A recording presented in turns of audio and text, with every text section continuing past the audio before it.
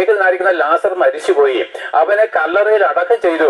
എന്നാൽ അവൻ ആ അടക്കം കഴിഞ്ഞ് 4-ാമത്തെ ദിവസം അവിടെ ചെല്ലുമ്പോൾ ആ ലാസറിന്റെ സഹോദരിയായിരിക്കുന്ന മാർത്തയും മറിയയും അവർ കരഞ്ഞുകൊണ്ട് കർത്താവിന്റെ അടുക്കൽ നിന്നുകൊണ്ട് മാർത്ത ഇങ്ങനെ പറയുന്നുണ്ട്, കർത്താവെ, നീ ഇവിടെ ഉണ്ടായിരുന്നുവെങ്കിൽ എന്റെ സഹോദരൻ മരിക്കത്തില്ലായിരുന്നു.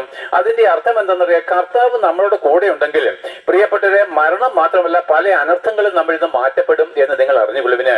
നിങ്ങൾ അനുഭവിക്കുന്ന അനേക കഷ്ടനഷ്ടങ്ങള്, അനേക വേദനകള് യേശുക്രിസ്തുവിന് നിങ്ങളുടെ കൂടെ താമസിപ്പാൻ നിങ്ങൾ അനുവദിച്ചിരുന്നുവെങ്കിൽ നിങ്ങളെ അനുഭവിക്കേണ്ടി വരുമായിരുന്നു. നിങ്ങൾക്ക് സമാധാനവും സന്തോഷവും കിട്ടുമായിരുന്നു. അപ്പോൾ മാർത്ത പറഞ്ഞു, നീ ഇവിടെ ഉണ്ടായിരുന്നെങ്കിൽ എന്റെ സഹോദരൻ മരിക്കത്തില്ലായിരുന്നു. അപ്പോൾ കർത്താവ് പറഞ്ഞു, ഞാൻ തന്നെ പുനരുത്ഥാനവും ജീവനുമാകുന്നു. എന്നിൽ വിശ്വസിക്കുന്നവൻ മരിച്ചാലും ജീവിക്കും.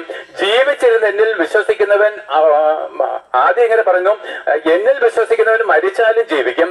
ജീവിച്ചിരുന്ന് എന്നിൽ വിശ്വസിക്കുന്നവൻ ഒരു നാളും മരിക്കത്തില്ല. നോക്ക് പ്രിയപ്പെട്ടവരെ, എന്നിൽ വിശ്വസിക്കുന്നവൻ മരിച്ചാലും ജീവിക്കത്തില്ലെന്ന് പറഞ്ഞ കർത്താവ് ജീവിച്ചിരുന്ന് എന്നിൽ വിശ്വസിക്കുന്നവൻ എന്ന് ഒരു നാളും മരിക്കത്തില്ലെന്ന് പറഞ്ഞാൽ അതിന്റെ അർത്ഥം എന്താണെന്നറിയാമോ പ്രിയപ്പെട്ടവരെ? ഇപ്പോൾ നമ്മൾ ഈ ഒരു മരണം ലോകത്തിൽ കാണാൻ കഴിയും, നമ്മുടെ ശാരീരികമായിരിക്കുന്ന മരണമാണ്. കർത്താവ് പറഞ്ഞു, ഇങ്ങനെ ശരീരത്തിൽ നമ്മൾ മരിച്ച് നമ്മുടെ ജീവൻ നഷ്ടപ്പെട്ടാലും എന്നിൽ വിശ്വസിച്ചുകൊണ്ടാണ് നീ മരിക്കുന്നതെങ്കിൽ ഞാൻ നിന്നെ ജീവിപ്പിച്ച് എഴുന്നേൽപ്പിക്കാമെന്നാണ് എന്റെ അർത്ഥം. മരിച്ചാലും ജീവിക്കും. എന്നാൽ പിന്നെ പറയുന്നു, എന്നിൽ വിശ്വസിക്കുന്നവൻ ഒരു നാളും മരിക്കത്തില്ലെന്ന് പറഞ്ഞതിന്റെ അർത്ഥം എന്താണ്? നിന്റെ ആത്മാവ് പ്രിയപ്പെട്ടവരെ, അത് നരകത്തിലേക്ക് പോകത്തില്ല, അത് എന്നേക്കും ജീവിക്കുന്നതാണ്. ആത്മാവിന്റെയും ശരീരത്തിന്റെയും വീണ്ടെടുപ്പാണ് അവിടെ പറയുന്നത്. നമ്മുടെ ആത്മാവും ശരീരവും ദൈവം വീണ്ടെടുത്ത് തരുമെന്നാണ് പറഞ്ഞത്.